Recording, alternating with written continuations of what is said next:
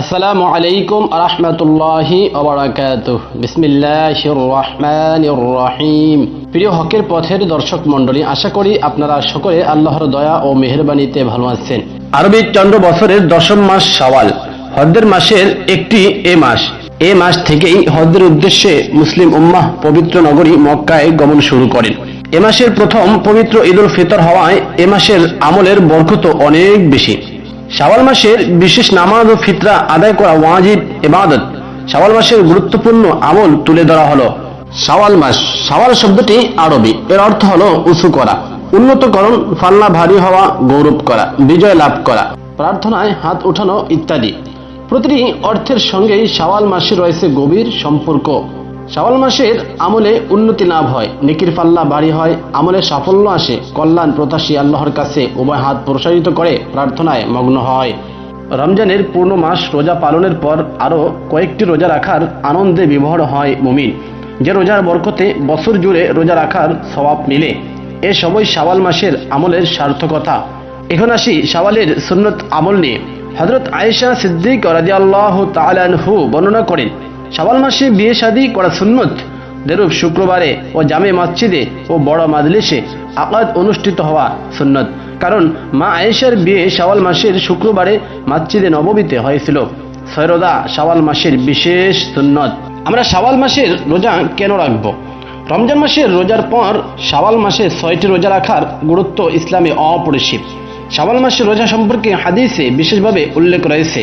হাদিসে এসেছে, হযরত আবু আইয়ুব আনসারী রাদিয়াল্লাহু তাআলা আনহু বর্ণনা করেন, রাসূল করিম সাল্লাল্লাহু আলাইহি ওয়াসাল্লাম বলেছেন, যে ব্যক্তি রমজানের রোজা রাখে এবং পরবর্তী ঈদের পর অর্থাৎ শাওয়াল মাসের 6টি রোজা রাখবে, সেক্ষেত্রে সে যেন গোটা বছরই রোজা রাখলো। মুসলিম শরীফে হাদিসটি বর্ণনা করা হয়েছে। হযরত শাওবান রাদিয়াল্লাহু তাআলা আনহু বর্ণনা করেন, তিনি রাসূল করিম সাল্লাল্লাহু আলাইহি ওয়াসাল্লামকে বলতে শুনেছেন, আল্লাহ তাআলা প্রতিটি নেকি 10 গুণ বৃদ্ধি করেন। সুতরাং রমজানের 1 মাস রোজা রাখার দ্বারা 10 মাস রোজা রাখার সওয়াব হবে এবং ঈদুল ফিতরের পর 6টি রোজা রাখার দ্বারা পূর্ণ 1 বছর রোজা রাখার সওয়াব হবে। হযরত ইবনে ওমর রাদিয়াল্লাহু তাআলা আনহু বর্ণনা করেন, রাসূল করিম সাল্লাল্লাহু আলাইহি ওয়াসাল্লাম বলেছেন, যে ব্যক্তি রমজান মাসের রোজা রাখলো এরপর শাওয়ালের 6টি রোজা রাখলো, সে সদ্য ভূমিষ্ঠ শিশুর ন্যায় গুনাহ মুক্ত হয়ে গেল।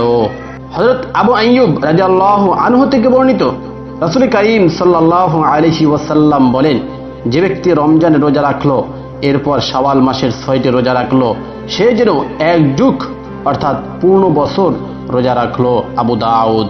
শাওয়ালের 6 রোজা রাখা সুন্নত।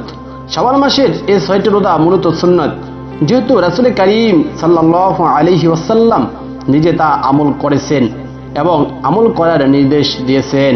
কিন্তু পরিভাষায় এগুলোকে নফল রোজা বলা হয়, কারণ এগুলো ফরজ ও ওয়াজিব নয়, অতিরিক্ত তথা নফল। এ মাসে 6টি নফল রোজা রাখা সুন্নত। রাসূল করিম সাল্লাল্লাহু আলাইহি ওয়াসাল্লাম বলেন, যারা রমজানের রোজা পালন করবে এবং শাওয়ালের আরও 6টি রোজা রাখবে, তারা যেন সারা বছরই রোজা পালন করলো। মুসলিম, আবু দাউদ, তিরমিজি, নাসাই, ইবনে মাজাহ। রোজা রাখার নিয়ম। মাসের যে কোনো সময় এই রোজা আদায় করা যায়, ধারাবাহিকভাবে বা মাঝে মাঝে বিরতি দিয়েও আদায় করা যায়। মনে রাখতে হবে, শাওয়ালের রোজার ইফতারে দেরি করতে গিয়ে যেন মাগরিবের জামাত ও নামাজ তরক না হয়। এক্ষেত্রে রোজা খুলে নামাজ পড়ে ইফতার খাওয়া দাওয়া করাই উত্তম। বছর জুড়ে সওয়াব লাভের আশায় শাওয়ালের 6 রোজার পাশাপাশি হজের প্রথম মাস হিসেবেও এ মাসে বেশি বেশি ইবাদত বন্দেগী করা জরুরি। আল্লাহ তাআলা মুসলিম উম্মাহকে এ মাসের বরকত লাভে আমল ইবাদতে নিয়োজিত থাকার তৌফিক দান করুন। আমিন।